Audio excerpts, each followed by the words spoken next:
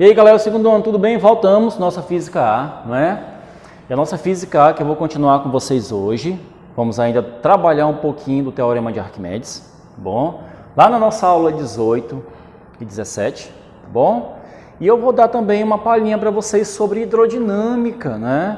Vamos sair um pouquinho da hidrostática, tá bom? E vamos trabalhar um pouquinho da hidrodinâmica, que no caso eu vou trabalhar com vocês a vazão de fluidos, tá bom? Professor, é um conteúdo importante? De certa maneira, sim. Tá bom? Ele não é cobrado no nosso exame nacional, essa questão da hidrodinâmica, mas é interessante que você saiba como acontece esse movimento desses fluidos, quais são os efeitos, se ele causa algum tipo de modificação na estrutura, na pressão, na área, o que vai acontecer, se existe um deslocamento de área, volume. Vamos trabalhar isso hoje, tá bom? Mas, primeiro eu vou resolver com vocês mais uma questão sobre empuxo, tá bom? Bom, vale relembrar que na verdade o empuxo, vamos relembrar aqui, ó, o empuxo, eu tenho um recipiente com líquidos, tá? E tem um corpo mergulhado nesse recipiente, tá bom? Professor, quem seria esse empuxo, na verdade?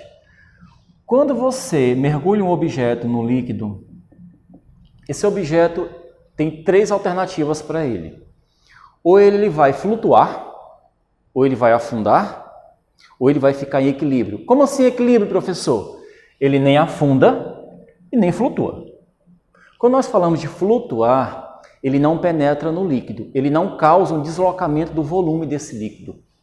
Se você colocar uma prancha de isopor na água, essa prancha de isopor, ela não adentra o líquido.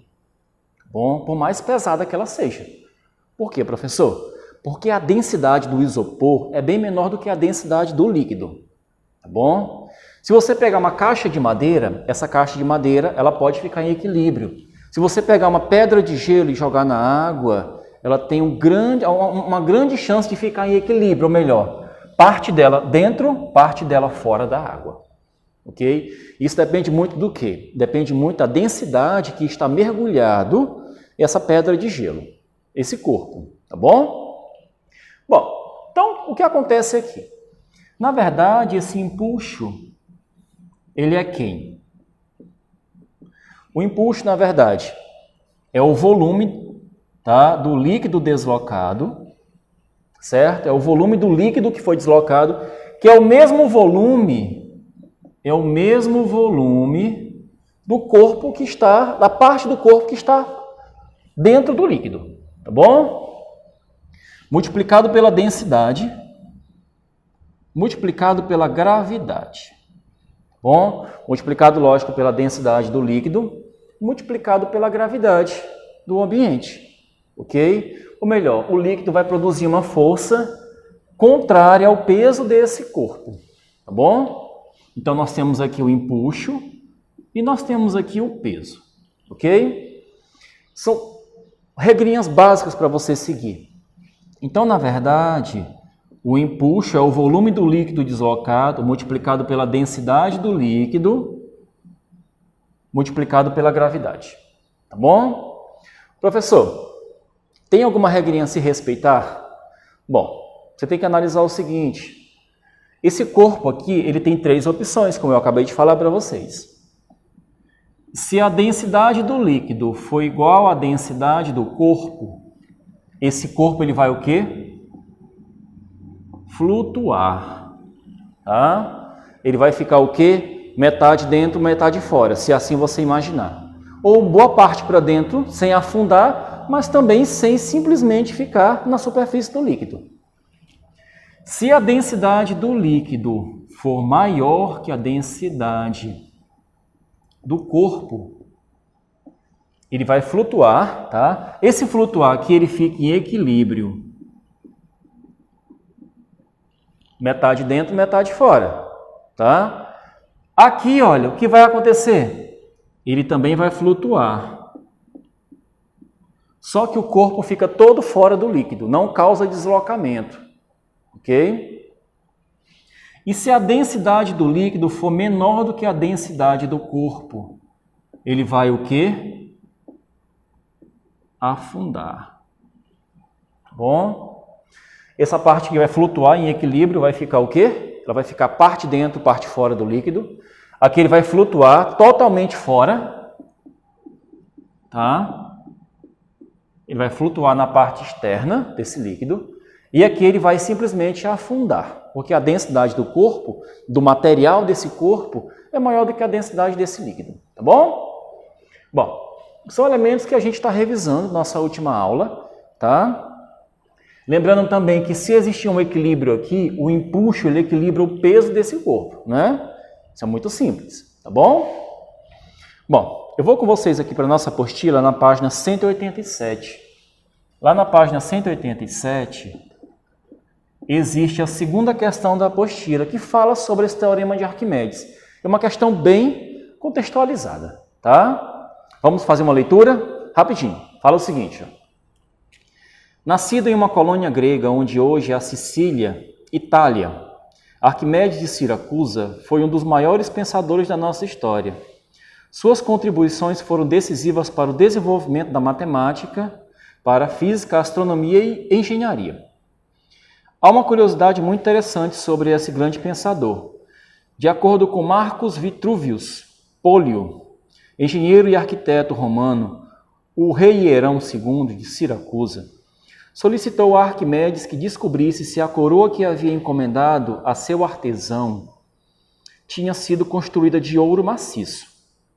Como descobrir sem danificar a coroa, que era sagrada, se o artesão havia enganado o rei?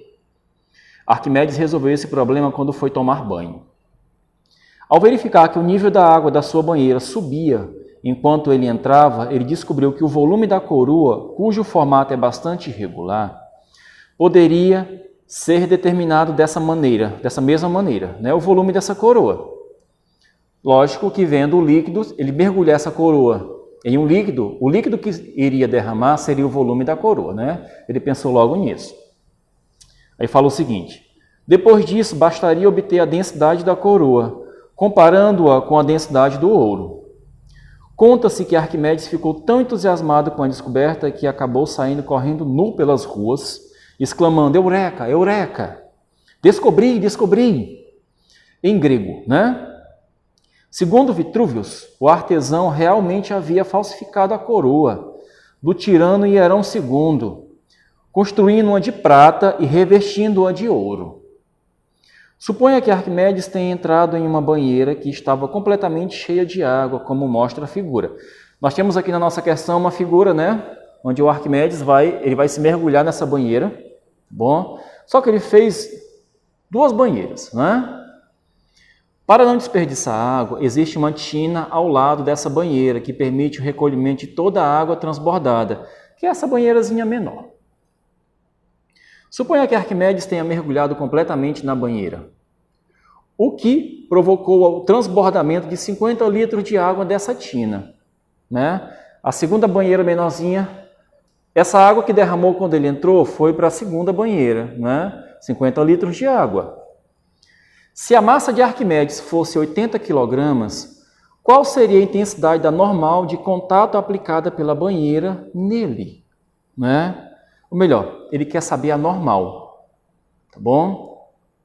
Considere a densidade da água igual a 10 a terceira quilogramas por metro cúbico e a gravidade igual a 10 metros por segundo ao quadrado, tá bom? Bom, vamos pensar aqui, esse corpo aqui pode ser Arquimedes mergulhado na banheira, não é? Então nós vamos ter uma banheira aqui, ok? Onde o próprio Arquimedes ele se mergulhou. E essa banheira transbordou para uma segunda, transbordou para essa segunda banheira 50 litros de água. Lógico, Arquimedes tinha 80 kg, bom, a massa dele é 80 kg, então a massa de Arquimedes é 80 kg, ok? Aí ele fala o seguinte, olha, a densidade da água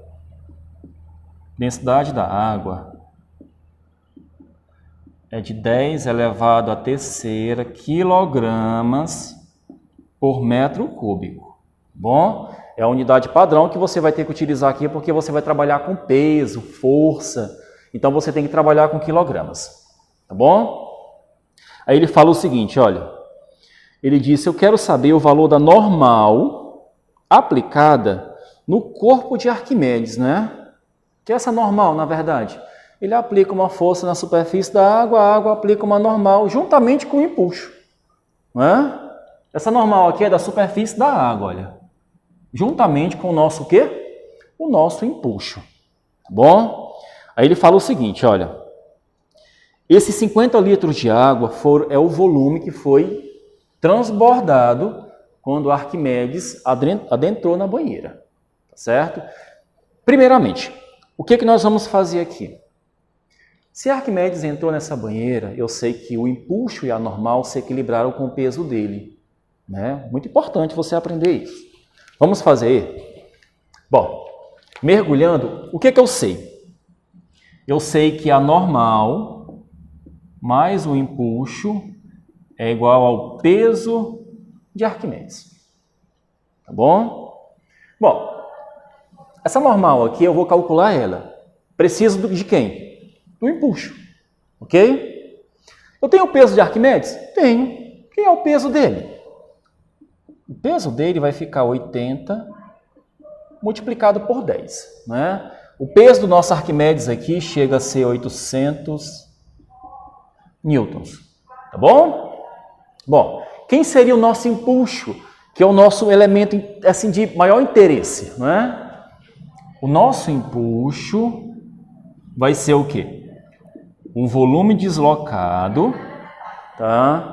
Multiplicado pela densidade do líquido, multiplicado pela gravidade. Não é? Então, o nosso empuxo aqui, ele vai ser 50 litros.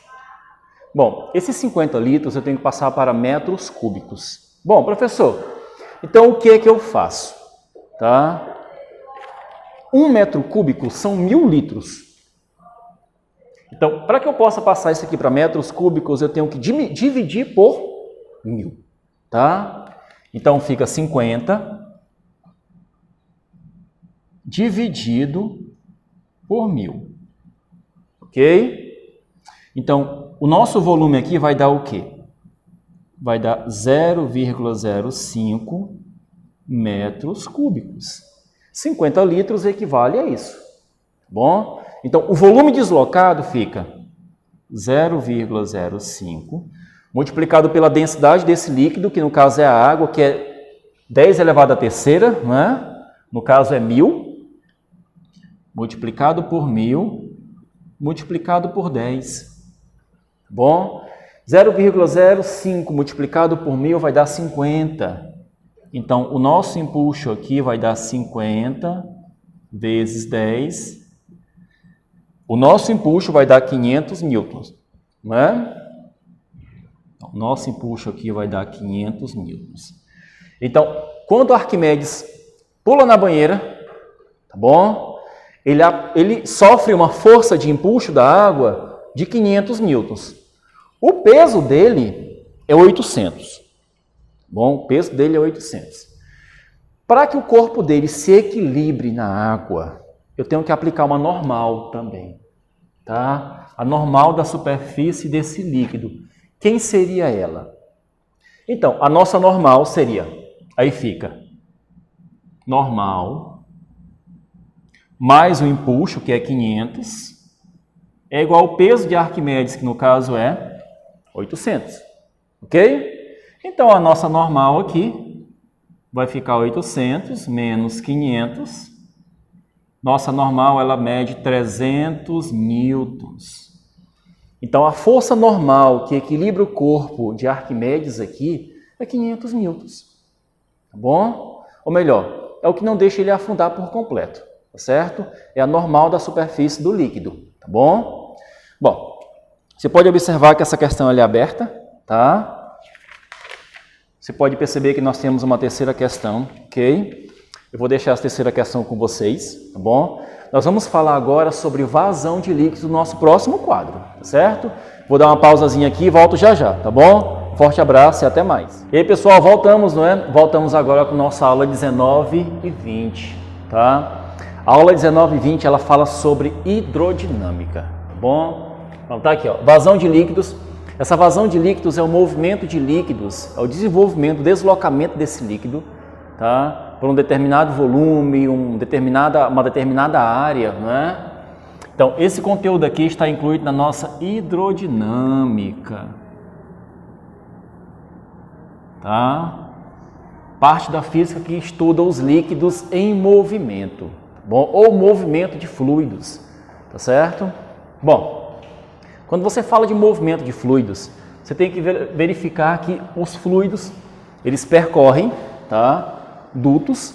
Esses dutos, você pode observar que na verdade são pontos de contato, onde cada um tem a área, né? Nós temos essa sua área aqui, olha, a área de saída. E também você pode observar que como são tubos, eles também contêm um volume, contém uma área e também contém um volume. Ok? Bom, então, quando esses líquidos se movimentam, você pode observar que eles passam aqui por essa secção transversal, que no caso é a abertura desse duto. Então, nós vamos chamar isso de vazão, tá bom? Nós vamos chamar isso de vazão. Professor, essa vazão, tá bom? Essa vazão vai se acontecer como? Tá? Essa vazão aqui, ela vai se acontecer do volume que se passa por essa secção pelo intervalo de tempo. Viu? Então, por exemplo, se você tem um ponto com um volume maior e reduz isso para um volume menor, o que vai acontecer? Tá aqui, ó. Você tem um ponto com um volume V1, tá? E tem esse ponto aqui com o volume V2, tá bom? Então, o que vai acontecer? Você pode observar que essa vazão aqui, ela pode sofrer, olha, uma alteração, tá bom? Professor, pode sair o mesmo volume aqui? Pode. Só que eu tenho que fazer o quê? Eu tenho que aumentar essa vazão, tá bom? Aqui a vazão vai diminuir por quê? Porque, na verdade, a abertura ela vai ser maior. Bom, essa vazão aqui, se eu mantiver o tempo, lógico, ela fica maior do que essa. Agora, se aqui eu diminuir o tempo, né, eu tenho uma vazão maior. Bom, ou tenho uma vazão igual à vazão 1, a do volume 1. Tá bom? Então, essa vazão é o deslocamento do volume pelo intervalo de tempo. Tá certo? Exemplo. Vou dar um exemplo aqui para vocês. Vamos supor que o nosso volume 1, aqui eu vou ter uma vazão de líquido que passa por essa secção aqui de 200 metros cúbicos, tá? A cada um intervalo de tempo, 10 minutos, ok? Quem seria a minha vazão aqui? Quem seria essa vazão? A minha vazão aqui seria 200 dividido por 10. Bom, você divide, vai ficar o quê? Vai ficar 20 metros cúbicos por minuto. Pronto, minha vazão aqui é 20 metros cúbicos por minuto. Ok? Esse volume aqui, vamos supor que esse volume, ele é de 100 metros cúbicos. É um volume 2 vezes menor. Bom, é a metade. Vamos supor que aqui eu vou diminuir o tempo dessa vazão. Bom, como assim, professor? Vamos supor que o tempo aqui seja 5 minutos. Tá? Então, esses 5 minutos aqui, quem vai ser a nossa vazão aqui no ponto 2? Aqui eu vou chamar de Z1, que é a vazão no ponto 1, tá? E aqui é a vazão no ponto 2. Então, o nosso Z2 aqui vai dar 100 dividido por 5. Isso aqui vai dar 20 metros cúbicos por minuto. Tá bom? Professor, deu a mesma vazão, cara. Realmente, deu a mesma vazão. Tá bom? Só que aqui você pode observar que aqui eu tenho uma vazão menor, só que uma vazão menor, só que em um tempo menor também. Bom, então você pode observar que essa vazão aqui ela tem uma força maior, tá? Bom, essa vazão também ela pode ter outras unidades. Ela pode ser quem? A distância multiplicado pela área da secção dividido pelo intervalo de tempo, tá bom? Ou se não, fica a velocidade multiplicado pela área. Professor, que área é essa?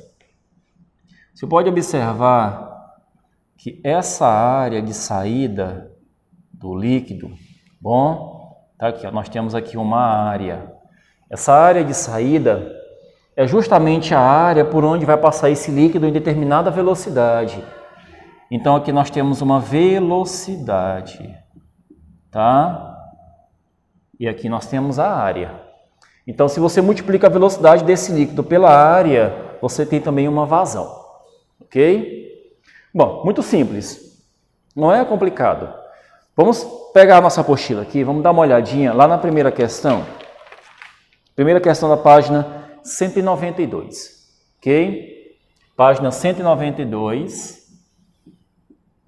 ela fala o seguinte: apesar da abundância, os recursos hídricos brasileiros não são inesgotáveis. Por isso, a utilização racional da água é um dever de todos. Segundo a Fundação Mata Atlântica, SOS Mata Atlântica, estima-se que o desperdício de água no Brasil chega a 70%. E ainda, segundo essa fundação, quase 80% do consumo mensal de uma residência ocorre nos seus banheiros. Só para que você tenha uma ideia, um banho demorado chega entre 95 e 180 litros de água potável. Por isso, para economizar água, um banho não pode levar mais do que 15 minutos. A dica do SOS Mata Atlântica é: abra o chuveiro, molhe-se, feche-o, ensaboie-se e depois abra para enxaguar, em vez de passar o tempo todo com o chuveiro ligado. Suponha que a vazão de um determinado chuveiro elétrico seja de 4 litros por minuto.